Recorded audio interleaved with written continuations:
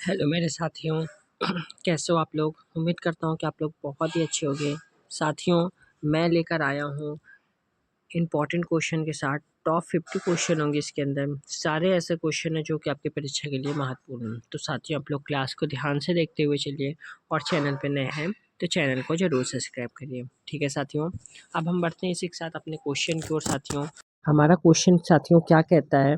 हमारा first question कहता है ऋग्वेद में सबसे प्रमुख देवता कौन है? आपसे पूछ रहा है ऋग्वेद में सबसे प्रमुख देवता कौन है? तो इंद्र है। कौन है? इंद्र। तो करेक्ट आंसर क्या हुआ साथियों? हमारा ए हुआ हमारा। ठीक है, CSSC CGL में पूछा गया क्वेश्चन था। ठीक है, सारे ऐसे क्वेश्चन हैं जो कि आपकी परीक्षा में आए हुए हैं। नेक्स्ट क्वेश्चन, निम्नलिखित में से कौन सा वेद वेद त्रयी का भाग नहीं है? निम्नलिखित में से कौन सा वेद वेद त्रयी का भाग नहीं है? तो करेक्ट आंसर होगा अथर्ववेद। तो करेक्ट आंसर डी होगा। नेक्स्ट क्वेश्चन, निम्नलिखित में से किस वेद में जादू चमत्कार तथा मंत्र दिए गए हैं? निम्नलिखित में से किस वेद में जादू चमत्कार तथा मंत्र दिए गए हैं? तो ये इसमें अथर्ववेद में। तो करेक्ट आंसर डी होगा। नेक्स्ट क्वेश्चन, निम्नलिखित में से कौन सा वेद प्राचीनतम है? कौन सा वेद जो है प्राचीनतम है? तो यह ऋग्वेद हुआ। क्या हुआ? ऋग्वेद। करेक्ट आंसर बी होगा। नेक्स्ट क्वेश्चन, नचिकेता और यम के बीच सुप्रसिद्ध संवाद किस उपनिषद में उल्लिखित है? किस उपनिषद में उल्लिखित है? तो यह जो है कठोपनिषद से। किस में है? कठोपनिषद से। करेक्ट आंसर सी होगा। नेक्स्ट क्वेश्चन, निम्न में से किस वैदिक ग्रंथ में पहली बार पूर्वी एवं पश्चिमी सागर का उल्लेख हुआ है? निम्न में से किस वैदिक ग्रंथ में पहली बार पूर्वी एवं पश्चिमी सागर का उल्लेख हुआ है? तो करेक्ट आंसर क्या होगा? शतपथ ब्राह्मण। क्या होगा? Shatapatha Brahmana. Correct answer B होगा। नेक्स्ट क्वेश्चन, निम्न में से कौन उपवेद के अंतर्गत नहीं गिना जाता है? निम्न में से कौन उपवेद के अंतर्गत नहीं गिना जाता है? तो यह जो है यजुर्वेद हुआ। करेक्ट आंसर बी हुआ हमारा। नेक्स्ट क्वेश्चन, निम्न में से किस वेद में रुद्र नामक शब्द का आरंभिक स्रोत माना गया है? निम्न में से किस वेद को रुद्र नामक शब्द का आरंभिक स्रोत माना गया है? तो करेक्ट आंसर होगा ऋग्वेद। करेक्ट आंसर ए होगा हमारा। ठीक है साथियों, नेक्स्ट क्वेश्चन साथियों हमारा क्या कहते हैं? उपनिषद पुस्तकें हैं। उपनिषद पुस्तकें हैं। तो उपनिषद पुस्तकें कौन सा होगा हमारा? तो दर्शन पर होगा। क्या होगा साथियों? दर्शन पर। नेक्स्ट क्वेश्चन साथियों, नेक्स्ट क्वेश्चन हमारा क्या कहता है? ऋग्वेद में कई परिच्छेदों में प्रयुक्त अधन्य शब्द संदर्भित हैं। क्या बोल रहा है साथियों? ऋग्वेद में कई परिच्छेदों में प्रयुक्त अधन्य शब्द संदर्भित है। तो करेक्ट आंसर होगा गाय के लिए। क्या होगा साथियों? गाय के लिए। करेक्ट आंसर सी होगा हमारा।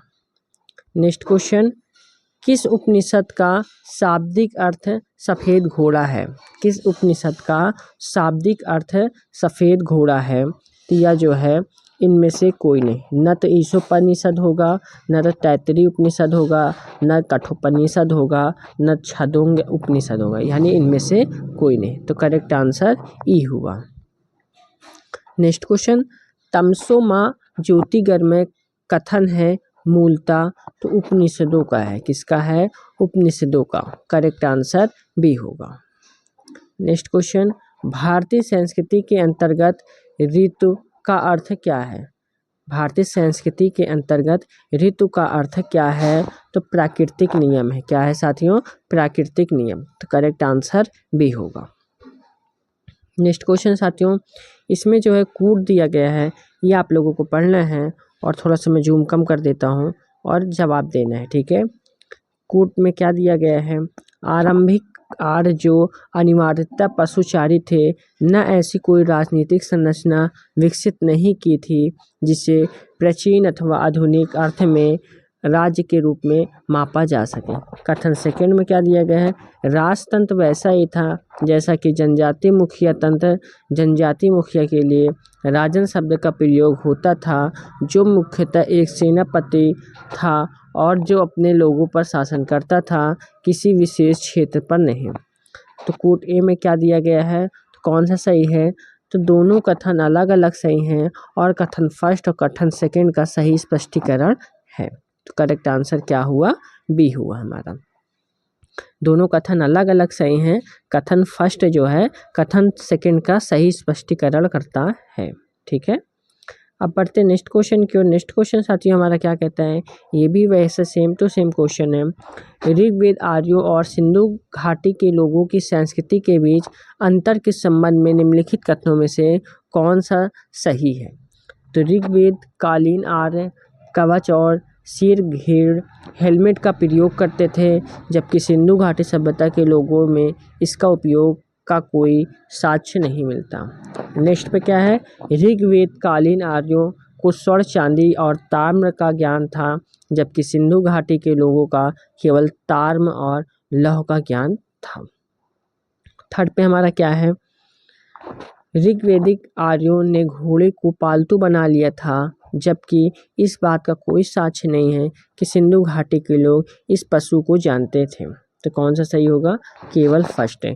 तो साथियों केवल फर्स्ट पर हमारा क्या था, तो ऋग्वेदिक काल, क्या बोल रहे हैं, ऋग्वेदिक कालीन आर्य कवच और सिर घेर हेलमेट का उपयोग करते थे, जबकि सिंधु घाटी सभ्यता के लोगों इसका उपयोग का कोई साक्ष्य नहीं मिलता है। ठीक है, नेक्स्ट क्वेश्चन की ओर साथियों क्या बढ़ते हैं। नेक्स्ट क्वेश्चन हमारा क्या कहता है, कौन सा वेद धार्मिक अनुष्ठानों से संबंध रखता है। तो यजुर्वेद हुआ, क्या हुआ, यजुर्वेद हुआ साथियों। ठीक है, नेक्स्ट क्वेश्चन साथियों क्या होता है हमारा, सत्यमेव जयते, सत्यमेव जयते शब्द किस उपनिषद से लिया गया है। तो यह जो है मुंडक उपनिषद से लिया गया है। करेक्ट आंसर बी होगा हमारा। नेक्स्ट क्वेश्चन, उपनिषद क्या है, आपसे पूछ रहा है उपनिषद क्या है। तो उपनिषद एक हिंदू दर्शन का स्रोत है, क्या है, हिंदू दर्शन का स्रोत है। तो करेक्ट आंसर सी हुआ हमारा। अब बढ़ते हैं नेक्स्ट क्वेश्चन की ओर। नेक्स्ट क्वेश्चन साथियों क्या कहता है हमारा, भारत का राष्ट्रीय आदर्शवाद सत्यमेव जयते अर्थात सत्य की हमेशा विजय होती है, किस प्राचीन भारतीय शास्त्र से उद्धत एक तंत्र है। तो यह जो है मुंडकोपनिषद से, किससे है, मुंडकोपनिषद से है। नेक्स्ट क्वेश्चन साथियों क्या कहता है हमारा, ऋग्वेद है। तो ऋग्वेद क्या है, स्त्रोतों का संकलन है, क्या है, स्त्रोतों का संकलन। तो करेक्ट आंसर बी हुआ हमारा। साथियों सारे क्वेश्चन ऐसे हैं जो कि परीक्षा में पूछे गए हैं। नेक्स्ट क्वेश्चन, वैदिक काल का बलि शब्द का अर्थ क्या अर्थ है। वैदिक काल में बलि शब्द का क्या अर्थ है। इसका अर्थ है साथियों प्रजा द्वारा शासक को दी गई भेंट, प्रजा द्वारा शासक को दी गई भेंट। करेक्ट आंसर डी हुआ। नेक्स्ट क्वेश्चन की ओर बढ़ते हैं। नेक्स्ट क्वेश्चन क्या कहता है हमारा, 14वीं सदी पूर्व का एक अभिलेख जिसमें वैदिक देवताओं का वर्णन है प्राप्त हुआ है। इसका करेक्ट आंसर होगा बोगच कोई से, क्या है, बोगच कोई से। करेक्ट आंसर बी होगा हमारा।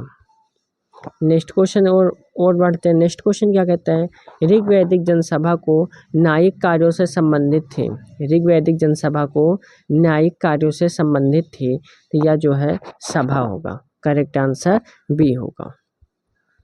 नेक्स्ट क्वेश्चन, निम्नलिखित में से कौन सा ब्राह्मण ग्रंथ ऋग्वेद से संबंधित है। ब्राह्मण ग्रंथ ऋग्वेद से संबंधित है। तो ऐतरेय ब्राह्मण हुआ, क्या हुआ, ऐतरेय ब्राह्मण हुआ। करेक्ट आंसर बी हुआ हमारा। नेक्स्ट क्वेश्चन, वैदिक देवमंडल में निम्न में से कौन देवता युद्ध का देवता माना जाता है। वैदिक देवमंडल में निम्न में से कौन देवता युद्ध का देवता माना जाता है। तो करेक्ट आंसर हुआ इंद्र। करेक्ट आंसर ए हुआ।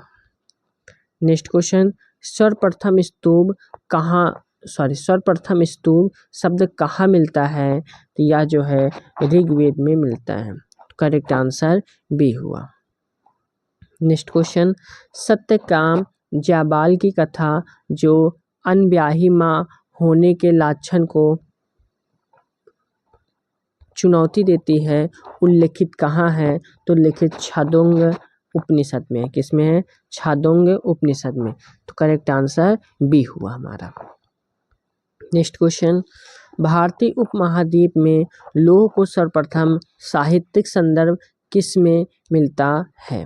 यह जो है यजुर्वेद में मिलता है। किस में मिलता है साथियों? यजुर्वेद में मिलता है। तो करेक्ट आंसर सी होगा हमारा। ठीक है साथियों। अब साथियों बढ़ते अपने नेक्स्ट क्वेश्चन की ओर। नेक्स्ट क्वेश्चन साथियों क्या कहते हैं हमारे?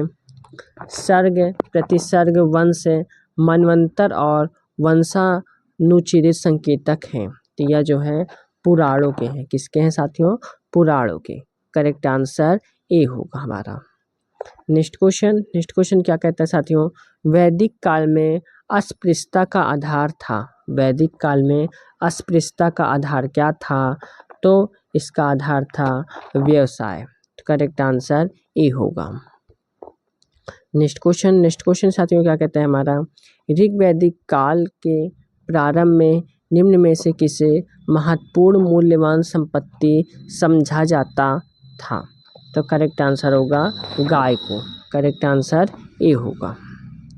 नेक्स्ट क्वेश्चन, शतपथ ब्राह्मण में उल्लिखित राजा विदेह माधव से संबंधित ऋषि कौन थे? तो ऋषि गौतम राहुगढ़ थे। करेक्ट आंसर डी होगा। नेक्स्ट क्वेश्चन, संस्कारों की कुल संख्या कितनी है? तो संस्कारों की कुल संख्या 16 है। करेक्ट आंसर डी होगा। Next question,